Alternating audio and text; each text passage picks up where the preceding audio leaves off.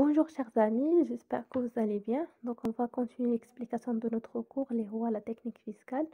Donc في la vidéo اللي فايسة شفنا une définition de l'impôt, شفنا la définition du système fiscal, les caractéristiques du système fiscal, شفنا aussi qu'est-ce qu'on entend par la fraude fiscale et par l'évasion fiscale. وخدينا des exemples عليهم et شفنا aussi les principes de base du droit fiscal.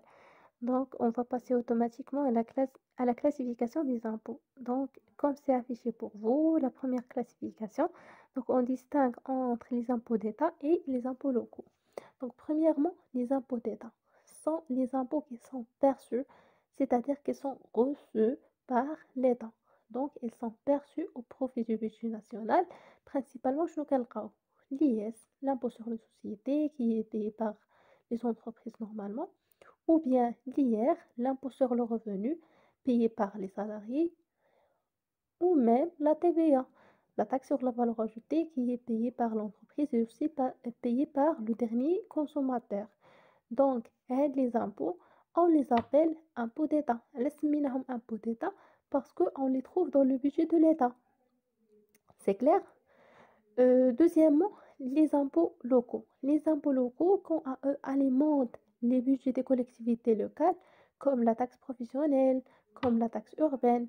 Donc, généralement, ces impôts locaux, ils sont reçus par les collectivités directement et ils servent à financer les besoins de ces collectivités. Parce qu'au départ, c'est l'État qui reçoit tous les impôts. يعني auparavant, كانت l'État هي اللي كتاخد كاع هادوك يعني l'État هي اللي كتاخد كاع les impôts. Et من بعد elle fait la répartition. Mais ça fait des années maintenant que la loi elle a distingué entre les impôts qui sont reçus par l'État, comme l'IS, comme l'IR, comme la TVA, et les impôts locaux qui sont directement reçus par les collectivités. Bien sûr, les impôts locaux, ils représentent des ressources pour financer les besoins de ces collectivités. Bien sûr, les besoins de la population. Donc, je disais que auparavant, quand l'État, il y a les impôts. Donc, avant 1990, c'est l'État qui reçoit tous les impôts. C'est-à-dire, il n'y avait pas de répartition des impôts d'État, impôts locaux. Mais après 1990, la loi a divisé les impôts en deux. Il y a les impôts qui sont reçus par l'État, ou bien par les directions des impôts. La direction, elle appartient à l'État. Ces directions, c'est pour payer l'IS, pour payer l'IR, pour payer la TVA. Donc, qui reçoit ces impôts à la fin? C'est l'État, bien sûr. Donc, c'est les impôts d'État. Mais les collectivités, هم الجماعات. Donc, les جماعات ou bien les collectivités, ils reçoivent d'autres impôts. بحال la taxe professionnelle اللي كانت كتسمى auparavant l'impôt des patentes.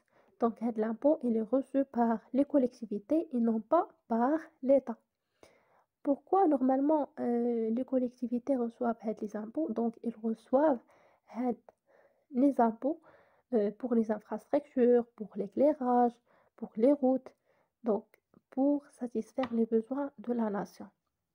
Et donc, au lieu que l'État reçoit ces taxes et après le donner aux collectivités, il a au départ fixé cette règle. Je ne la règle, c'est que l'État il reçoit les grands impôts, principalement l'IR, l'IS et la TVA, alors que la taxe professionnelle et la taxe urbaine ou bien la taxe d'utilité la taxe d'utilité هي la taxe ديال النظافة. Donc elles sont reçues par les collectivités.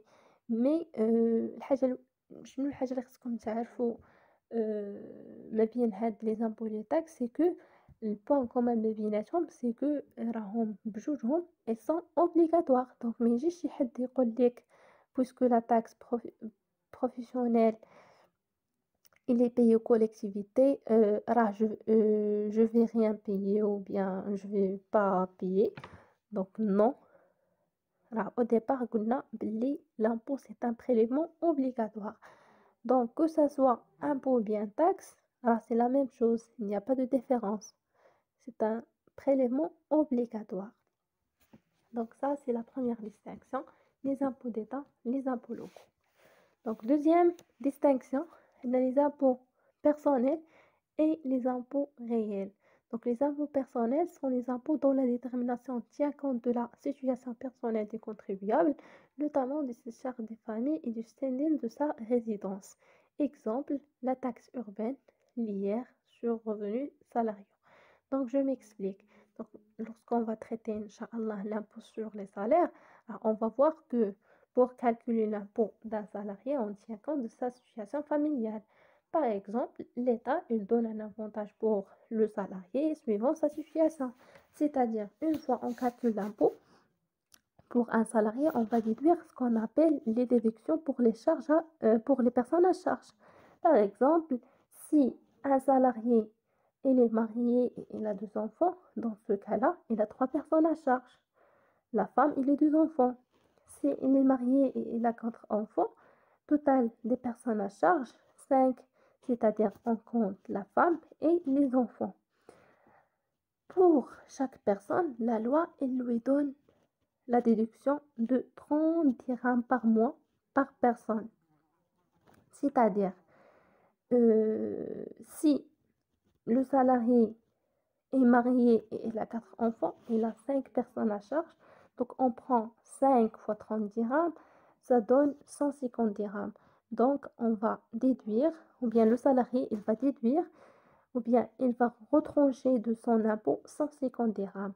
Donc ici, l'IR tient compte de la situation familiale du salarié. D'accord? Donc c'est un impôt personnel parce qu'on a pris en considération la situation familiale du salarié. Également, un salarié qui a obtenu un crédit bancaire, il peut déduire de son salaire net imposable les intérêts ou bien le montant de la traite qu'il paye. Donc là aussi, la loi, elle tient en compte du logement du salarié. Si le salarié, il a par exemple un logement social, il va déduire toute la traite. Donc, Inch'Allah, lorsqu'on va traiter l'impôt sur les salaires, alors on va parler de tous ces éléments en détail. Donc, si une personne ou bien si un salarié a un logement social, c'est ce qu'on appelle autrement le logement économique. Donc, dans ce cas-là, le salarié va déduire tout le montant de la traite de son salaire. Par contre, si la personne elle a un logement, mais ce logement n'est pas social, donc il va déduire les intérêts. Donc, l'essentiel ici, c'est que la loi tient compte les crédits du logement obtenus par le salarié. Donc, tout ça, c'est pour dire que l'impôt personnel, il tient compte de la situation du salarié, de la situation familiale et de la situation au niveau du logement utilisé. Donc, ça, c'est l'impôt personnel. Il y a l'impôt réel, c'est le contraire de l'impôt personnel. Donc, il ignore la situation personnelle et il touche les actes comme les droits d'enregistrement. Donc aujourd'hui, si une personne achète un terrain ou bien achète un logement, elle paye les droits d'enregistrement. Donc les droits d'enregistrement, c'est un pourcentage qu'on paye, quelle que soit la personne, qu'elle est mariée, qu'elle est célibataire, qu'elle travaille, qu'elle ne travaille pas. Donc peu importe les droits d'enregistrement, c'est un impôt réel qui ne tient pas compte ni la situation familiale de la personne, ni de son logement, ou bien aussi les opérations de TVA. Donc aujourd'hui, vous ou bien moi, si vous avez acheté un produit ou bien un article, on paye la TVA de 20%, ou bien de 14%, ou bien de 10%, ou bien de 7%, quelle que soit votre situation, que vous soyez riche ou bien pauvre, célibataire ou bien marié, que vous soyez jeune ou bien âgé, quelle que soit votre situation, vous payez la même TVA et le même taux. Donc la TVA, c'est un impôt réel parce qu'il ne tient pas compte de la situation familiale ou bien de la situation financière de la personne. Donc c'est la deuxième classification. Alors, je passe à la classification juridique. Cette classification distingue deux types d'impôts, les impôts directs et les impôts indirects. Premièrement, les impôts directs, ce sont les impôts par lesquels celui qui supporte la charge doit aussi en acquitter le montant. Ils sont plus fortement ressentis par le contribuable. Donc, c'est l'exemple de l'IS et de l'IR. Donc, l'impôt direct, déjà, il y a une déclaration. Donc, l'entreprise qui paye l'IS, elle sait très bien qu'elle paye l'IS parce que c'est l'entreprise qui fait la déclaration et c'est l'entreprise qui fait les calculs. Donc, pour l'entreprise, elle sait très bien qu'elle paye l'impôt et le montant qu'elle paye. Donc, c'est l'impôt qui est direct. Alors, contrairement à l'impôt direct, on a l'impôt indirect.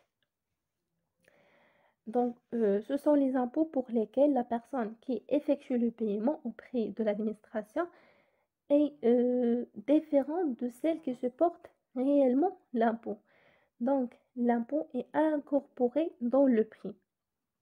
Exemple de la TVA.